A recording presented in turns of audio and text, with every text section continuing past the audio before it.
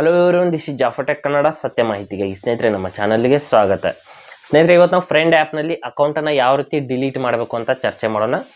ನಾನು ಈ ಹಿಂದೆ ಒಂದು ವಿಡಿಯೋದಲ್ಲಿ ಹೇಳಿದ್ದೆ ಅಕೌಂಟನ್ನು ಯಾವ ರೀತಿ ನಾವು ಕ್ರಿಯೇಟ್ ಮಾಡಿಕೊಂಡು ಲಾಗಿನ್ ಯಾವ ರೀತಿ ಮಾಡೋದು ಅಂತ, ಆ ಅಕೌಂಟನ್ನು ಯೂಸ್ ಕೂಡ ಯಾವ ರೀತಿ ಮಾಡಬೇಕು ಅಂತ ನಾನು ಹೇಳಿದ್ದೆ. ಹಾಗೆ ಇಲ್ಲಿ ಅಕೌಂಟನ್ನು ಡಿಲೀಟ್ ಮಾಡಬೇಕು ಅಂದರೆ ಯಾವ ರೀತಿ ಪ್ರೊಸೆಸ್ ಇರುತ್ತೆ ಅಂತ ನಾನು ಸಂಪೂರ್ಣವಾಗಿ ಇವತ್ತು ಹೇಳ್ತೀನಿ. ಹಾಗೆ ನಮ್ಮ ಚಾನಲ್ಗೆ ಮೊದಲು ಬಂದಿದ್ದರೆ ದಯವಿಟ್ಟು ನಮ್ಮ ಚಾನಲ್ನ ಸಬ್ಸ್ಕ್ರೈಬ್ ಮಾಡಿ ಮತ್ತು ಪಕ್ಕದಲ್ಲಿರುವಂಥ ಬೆಲ್ ಐಕನನ್ನು ಪ್ರೆಸ್ ಮಾಡಿ ನಮ್ಮ ತಂತ್ರಜ್ಞಾನ ಆಧಾರಿತ ಬೃಹತ್ ಕುಟುಂಬದ ಸದಸ್ಯರಾಗಿ. ಸ್ನೇಹಿತರೆ, ಮೊದಲು ಫ್ರೆಂಡ್ ಆ್ಯಪ್ನ ಓಪನ್ ಮಾಡ್ಕೋತೀನಿ. ಮಾಡಿದ ನಂತರದಲ್ಲಿ ಮೇಲ್ಗಡೆ ನಮ್ಮ ಪ್ರೊಫೈಲ್ ಮೇಲೆ ಕ್ಲಿಕ್ ಮಾಡ್ಕೋಬೇಕಾಗತ್ತೆ. ಇಲ್ಲಿ ನಮ್ಮ ಒಂದು ಪ್ರೊಫೈಲ್ ಮೇಲೆ ನಾನು ಕ್ಲಿಕ್ ಮಾಡ್ಕೋತೀನಿ. ಮಾಡಿದ ನಂತರದಲ್ಲಿ ಈ ಕಡೆಗೆ 3 ಲೈನ್ಸ್ ಇರುತ್ತೆ ಸ್ನೇಹಿತರೆ, ಅದರ ಮೇಲೆ ಕ್ಲಿಕ್ ಮಾಡ್ಕೋಬೇಕು. ನಂತರದಲ್ಲಿ ಇಲ್ಲಿ ಕೆಳಗಡೆ ಸೆಟ್ಟಿಂಗ್ಸ್ ಅಂತ ಒಂದು ಆಪ್ಷನ್ ಇದೆ, ಅದರ ಮೇಲೆ ಕ್ಲಿಕ್ ಮಾಡ್ಕೊಳ್ಳಿ. ಮಾಡಿದ ನಂತರದಲ್ಲಿ ಇಲ್ಲಿ ಪರ್ಮನೆಂಟ್ಲಿ ಡಿಲೀಟ್ ಅಕೌಂಟ್ ಅಂತ ಒಂದು ಆಪ್ಷನ್ ಬರುತ್ತೆ, ಅಲ್ಲಿ ಕ್ಲಿಕ್ ಮಾಡ್ಕೋಬೇಕು.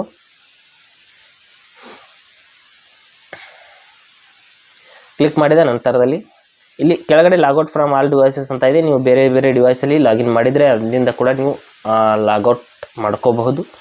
ನಾನು ಸದ್ಯಕ್ಕೆ ಡಿಲೀಟ್ ಅಂತ ಕ್ಲಿಕ್ ಮಾಡ್ತೀನಿ. ಮಾಡಿದ ತಕ್ಷಣದಲ್ಲಿ ಇಲ್ಲಿ ಯಾವ ಕಾರಣಕ್ಕಾಗಿ ಡಿಲೀಟ್ ಮಾಡ್ತಾ ಇದ್ದೀರಾ ಅಂತ ಇಲ್ಲಿ ನೋಡ್ಬೋದು. ಇಲ್ಲಿ ರೀಸನನ್ನು ಕೇಳ್ತಾ ಇದೆ, ಯಾವುದಾದ್ರೂ ಒಂದು ರೀಸನನ್ನು ಸೆಲೆಕ್ಟ್ ಮಾಡ್ಕೊಳ್ಳಿ. ಇಲ್ಲಿ ಅದರ್ಸ್ ಅಂತ ನಾನು ಸೆಲೆಕ್ಟ್ ಮಾಡ್ತೀನಿ. ಇಲ್ಲಿ ಕಮೆಂಟಲ್ಲಿ ಏನಾದರೂ ಒಂದು ಬರಿತೀನಿ.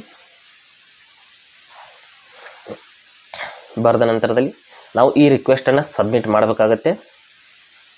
ಇಲ್ಲಿ ಕೆಳಗಡೆ ಡಿಲೀಟ್ ಅಂತ ಏನಿದೆ ಅದರ ಮೇಲೆ ಕ್ಲಿಕ್ ಮಾಡ್ಕೊಳ್ಳಿ.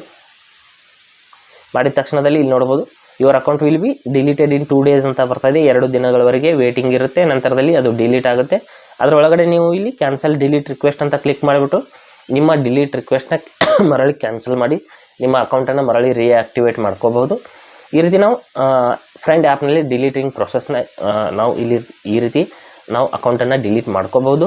ಹಾಗೆ ಸ್ನೇಹಿತರೆ, ಕೊಟ್ಟಿರೋ ಮಾಹಿತಿ ಸಂಪೂರ್ಣ ಮತ್ತು ನಿರೂಪಣೆ ಮಾಡಿದೆ, ಶೈಲಿ ಉತ್ತಮ ಅಂತ ಅನಿಸಿದರೆ ವಿಡಿಯೋನ ಲೈಕ್ ಮಾಡಿ ಮತ್ತು ನಿಮ್ಮ ಸ್ನೇಹಿತರಿಗೂ ಕೂಡ ಶೇರ್ ಮಾಡಿ.